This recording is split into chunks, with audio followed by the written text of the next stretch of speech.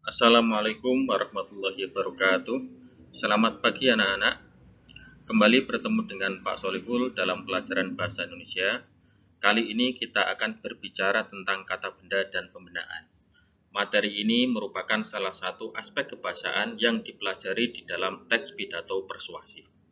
Baik, tujuan pembelajaran kita kali ini adalah yang pertama, memahami kata benda.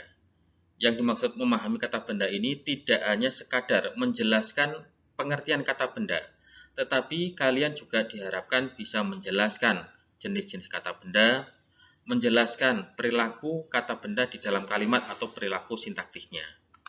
Kemudian yang kedua adalah mengidentifikasi kata benda, mengenali kata benda atau menentukan kata benda yang digunakan di dalam sebuah teks. Kemudian yang ketiga, tujuannya adalah membedakan kata benda.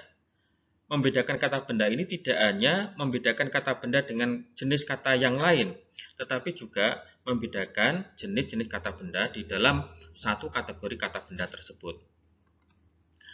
Yang keempat adalah menganalisis kata benda, menelaah penggunaan kata benda di dalam sebuah teks. Ya, kebenarannya seperti apa, ketepatannya seperti apa, itu perlu kita analisis penggunaan kata benda di dalam sebuah teks atau kalimat. Yang kelima adalah menggunakan kata benda di dalam kalimat atau sebuah teks. Ini yang diharapkan bisa dicapai oleh anak-anak setelah kita belajar mengenai kata benda dan pembedaan ini. Coba perhatikan teks berikut anak-anak. Pidato persuasif adalah pidato yang bertujuan untuk memengaruhi, mengajak, atau membujuk pendengar agar mengikuti keinginan pembicara secara sukarela. Reaksi yang diharapkan adalah membangkitkan emosi agar pendengar menyetujui atau meyakini dan mungkin membangkitkan timbulnya tindakan tertentu dari pendengarnya. Nah, itu adalah kutipan dari sebuah teks. Nah, di dalam teks tersebut itu ada beberapa kata yang dicetak dengan huruf tebal, yaitu kata pidato, pendengar, keinginan, reaksi, emosi, tindakan. Nah, kata-kata tersebut itu mempunyai perilaku yang relatif sama dengan kata batu, sayur, danau, Semarang, dan Sumarno. Ya, kita pasti sepakat bahwa batu itu termasuk benda. Ya, sayur itu juga benda. Danau itu juga benda. Semarang itu menyatakan nama tempat. Tempat juga dinamakan sebagai atau dapat digolongkan sebagai kata benda. Sumarno itu nama orang. Nah, nama orang itu juga bisa digolongkan sebagai kata benda. Oleh karena itu, kata pidato, kata keinginan, kata pendengar, kata reaksi, emosi, tindakan, dan termasuk batu, sayur, danau, Semarang, dan Sumarno tersebut itu bisa disebut dengan kata benda atau nomina. Ya.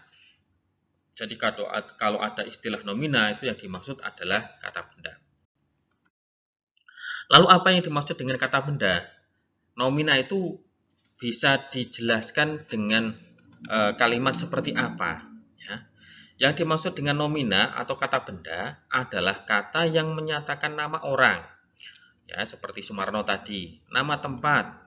Ya, contohnya tadi adalah danau atau semua benda dan segala yang dibendakan. Batu, sayur itu adalah benda. Ya, jadi setiap kata yang menunjuk atau merujuk pada benda atau sesuatu yang dibendakan itu bisa kita golongkan sebagai kata benda atau nomina. Coba perhatikan kata batu anak-anak. Saya yakin kalian sepakat dengan Pak Solihul bahwa batu itu termasuk kata benda. Ya. Coba kita lihat perilaku kata batu di dalam kalimat. Batu itu keras sekali.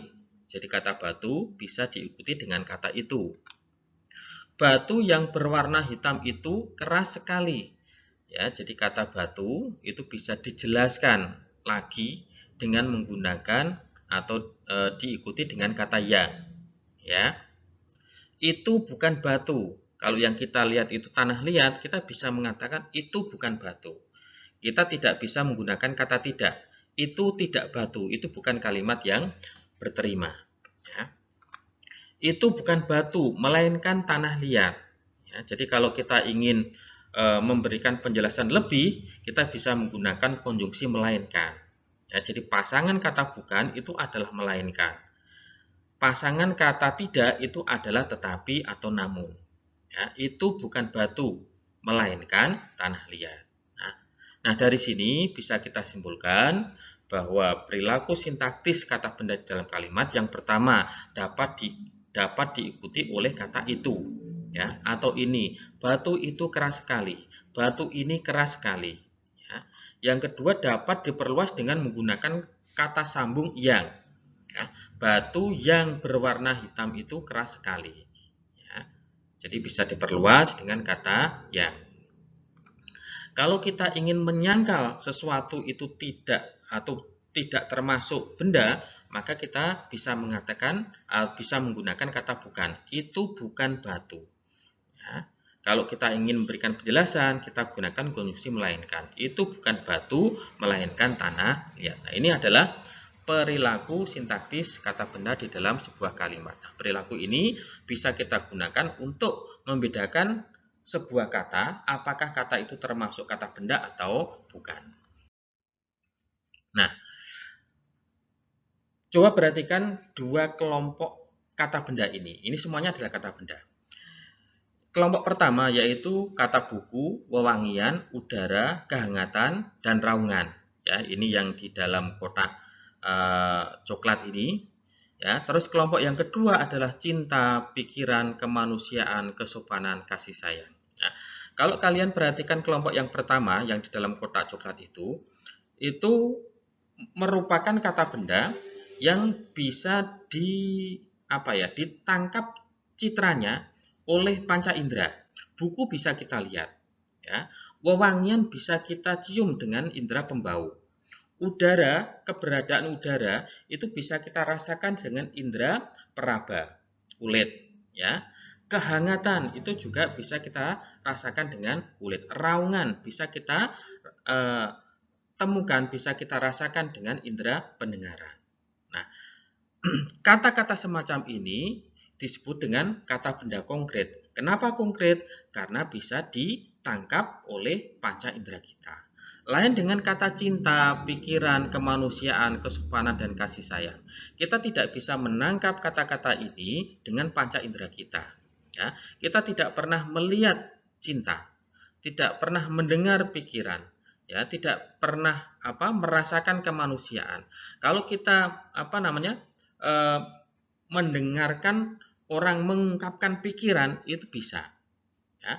Kita bisa melihat orang bertindak sopan, itu bisa. Tapi kesopanan sendiri itu tidak bisa kita lihat. Ya, itu. Nah, kata-kata semacam ini itu disebut dengan kata benda abstrak. Ya. Kenapa abstrak? Tidak bisa dilihat, tidak bisa ditemukan oleh panca indera kita. Jadi yang dimaksud dengan kata benda konkret adalah semua kata benda yang merujuk pada benda yang dapat dikenal atau ditangkap citranya dengan indera kita. Ya, baik penglihatan, pendengaran, penciuman, pencecapan maupun perabaan. Sedangkan yang abstrak adalah semua benda yang merujuk pada benda-benda yang tidak dapat dikenal dengan indera kita. Dia hanya bisa dikenali dengan pikiran kita. Ya, itu. Ini jenis kata benda berdasarkan citranya, bisa dilihat atau tidak, bisa ditangkap dengan indera atau tidak. Nah, di samping itu kita bisa membedakan kata benda berdasarkan bentuknya, ya. Yang pertama ada kata benda bentuk dasar. Ya.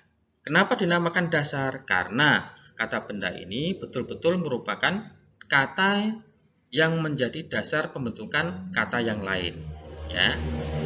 Kata ini tidak bisa kita penggal-penggal lagi. Kalau kita penggal, maka nanti akan menghasilkan satuan kebahasaan yang tidak bisa kita pahami. Ya. Misalnya cangkul. Cangkul kita tahu, gigi, jalan, batu, rumah kita tahu maknanya. Tetapi kalau kita pecah lagi menjadi cang, kita tidak tahu artinya cang. Gigi kita pecah menjadi gi, kita tidak tahu artinya gigi, tidak tahu. Karena itu sudah betul-betul merupakan bentuk dasar. Ya. Dari kata benda bentuk dasar ini kita bisa bentuk kata turunan, kata benda turunan. Nah, kata benda turunan itu meliputi kata benda berimbuhan. Artinya dari kata dasar ini kita berikan imbuhan. Imbuhan itu ada awalan, ya, misalnya cangkul ditambahi awalan pen menjadi pencangkul. Ada sisipan dari kata gigi, kita sisipi dengan imbuhan menjadi gerigi.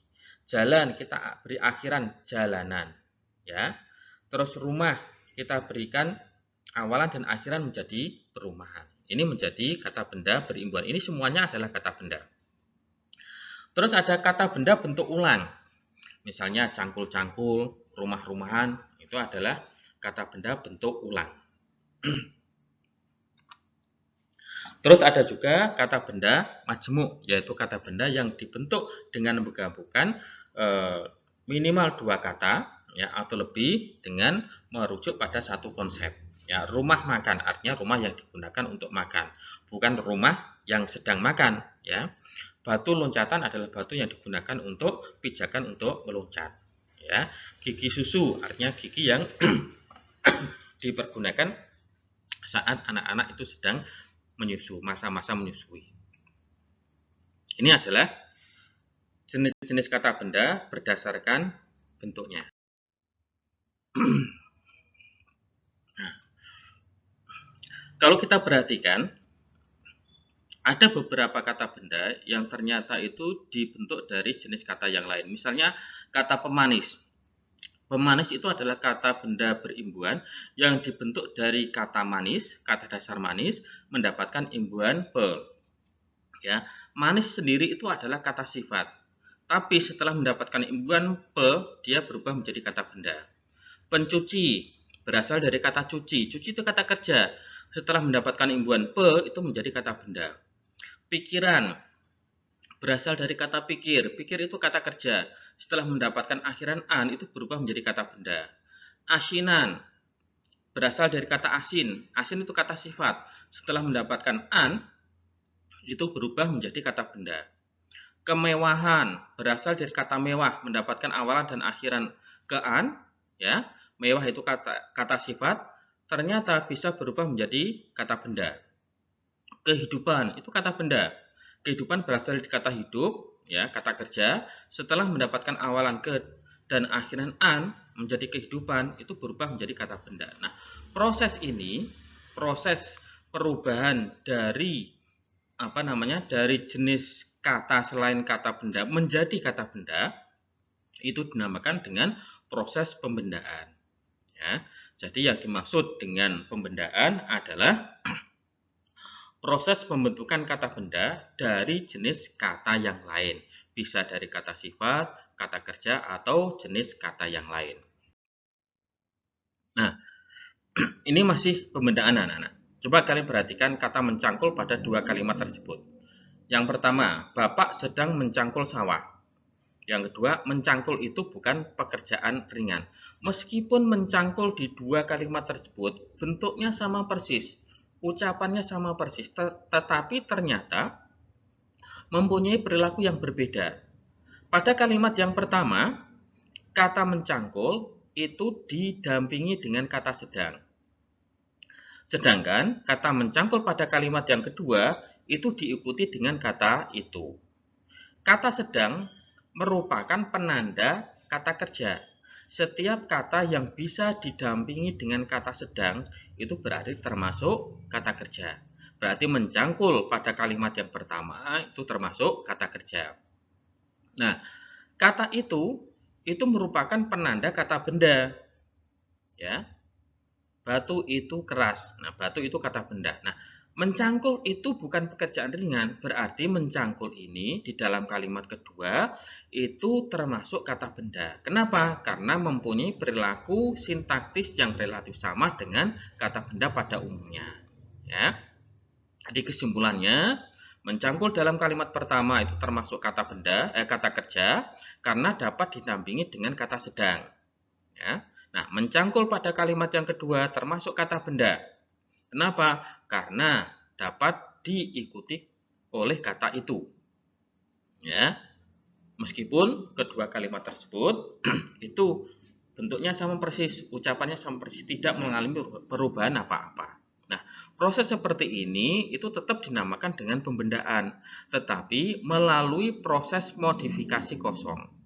Kalau tadi ya misalnya ada kata pemanis itu melalui proses afiksasi atau pengimbuhan. Tapi kalau mencangkul ini prosesnya adalah dengan melalui modifikasi kosong. Ya, ini masih tetap kita golongkan sebagai proses pembendaan.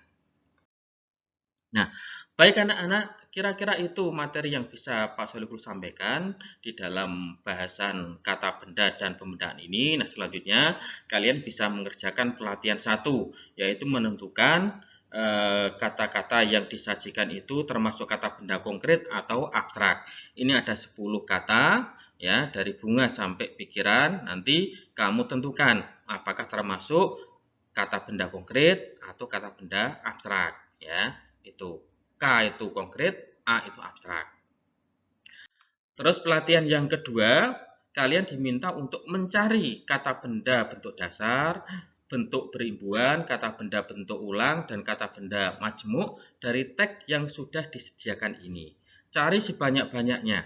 Ya, semakin banyak kalian memperoleh kata benda pada masing-masing jenis, maka semakin bagus nilai yang kalian peroleh. Ya, itu anak-anak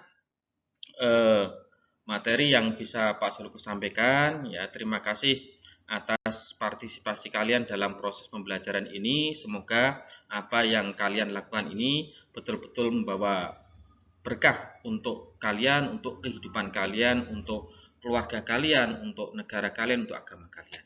Ya, terima kasih. Bila taufiq hidayah. Wassalamualaikum warahmatullahi wabarakatuh.